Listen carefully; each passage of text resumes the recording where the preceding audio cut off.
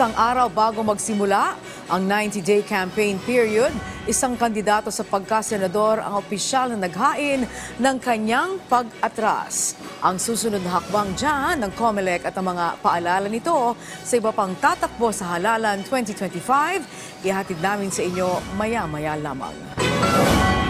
Sa harap na napipintong pagsisimula ng panahon ng pangangampanya, tiniyak ng Philippine National Police ang mahigpit na pagpapatupad ng seguridad, hindi lang pagdating sa eleksyon, kundi maging sa iba pang mga krimen. Si Ryan Nasiges sa sentro ng balita. Patuloy ang pagtaas ng bilang ng mga lumalabag sa pinatutupad na nationwide COMELEC checkpoint ng PNP. Batay sa pinakahuling datos ng PNP, umakyat na sa halos 700 ang naaresto sa mga inilatag na checkpoint ng PNP. Nangunguna pa rin sa pinakamaraming naaresto ang sibilyan na pumalo na sa mahigit 600 kung saan mahigit 200 dito ay mula sa NCR. Kaugnay nito, halos 700 na rin ang nare-recover na iba't ibang klase ng armas ng PNP. Nitong Nobyembre 7 naman, isinuko ng ilang private armed group o PAGs ang iba't ibang klase ng hindi lisensyadong baril.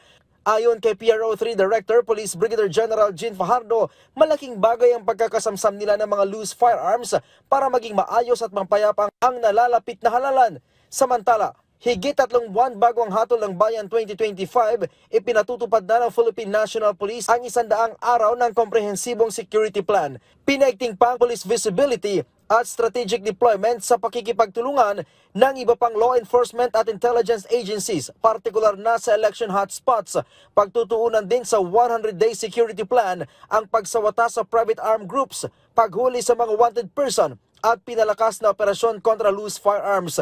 Sa kabila naman ng mga paghahanda para sa eleksyon, tiniyak ni PNP Chief Police General Romel Francisco Marbil na hindi napapabayaan ang iba pang mandato ng PNP gaya ng operasyon kontra illegal na droga at terorismo. Sa pinakahuling ulat ng PNP, umabot na sa 186,000 ng COMELEC checkpoints habang may isa ng election-related incident.